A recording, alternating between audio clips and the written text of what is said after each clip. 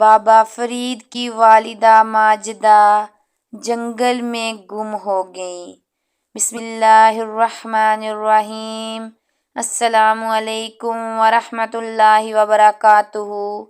بابا فرید رحمۃ اللہ علیہ جن دنوں پاک پتن میں مقیم ہوئے تو آپ رحمۃ اللہ علیہ نے اپنی والدہ ماجدہ حضرت بی بی کرسم خاتون کو، جو ان دنوں کوٹھیوال میں مقیم تھی، انہیں بلانے کے لیے اپنے بھائی حضرت نجیب الدین متوکل رحمۃ اللہ علیہ کو بھیجا۔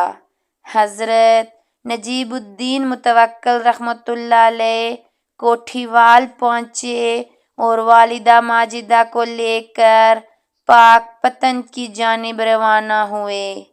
راستے میں ایک جنگل تھا جو انتہائی خطرناک تھا اور درندوں سے بھرا ہوا تھا۔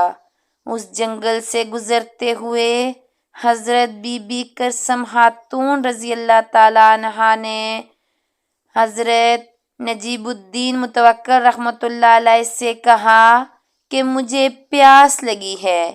حضرت نجیب الدین متوکل رحمۃ اللہ علیہ نے والدہ کو ایک درخت کے نیچے بٹھایا اور خود پانی کی تلاش میں نکلے۔ جب پانی لے کر واپس لوٹے تو والدہ وہاں موجود نہ تھی۔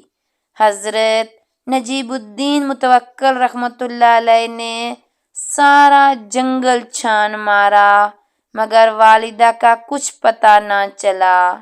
حضرت نجیب الدین متوکل رحمۃ اللہ علیہ دیوانوں کی مانند والدہ کو پکارتے رہے مگر جب کچھ نہ پایا تو روتے ہوئے واپس آپ رحمۃ اللہ علیہ کی خدمت میں حاضر ہوئے اور تمام ماجرا بیان کیا۔ بابا فرید رحمۃ اللہ علیہ نے جب والدہ ماجدہ کی گمشدگی کی خبر سنی تو شدت غم سے نڈال ہو گئے اور آپ رحمۃ اللہ علیہ جان گئے کہ والدہ ماجدہ کو ضرور کسی جنگلی درندے نے اپنی خوراک بنا لیا ہے اور وہ اب اس دنیا میں نہیں رہی۔ غم کی یہ کیفیت آپ رحمۃ اللہ علیہ پر کئی دنوں تک طاری رہی مگر اللہ تعالیٰ کی رضا جانتے ہوئے خاموشی اختیار کر لی۔ کچھ دنوں بعد حضرت نجیب الدین متوکل رحمۃ اللہ علیہ اسی جنگل سے گزرے اور وہاں انہیں ایک جگہ کچھ انسانی ہڈیاں دکھائی دیں۔ انہوں نے ان ہڈیوں کو جمع کر لیا کہ شاید یہ میری والدہ ماجدہ کی ہڈیاں ہیں، اور وہ ان ہڈیوں کو لے کر آپ رحمۃ اللہ علیہ کی خدمت میں پہنچے اور ان ہڈیوں کے متعلق بتایا۔ آپ رحمۃ اللہ علیہ نے فرمایا، تم ان ہڈیوں کو تھیلے سے نکال کر میرے سامنے مصلے پر رکھ دو۔ چنانچہ جب حضرت نجیب الدین متوکل رحمۃ اللہ علیہ نے وہ تھیلا کھولا تو اس میں کچھ بھی نہ تھا۔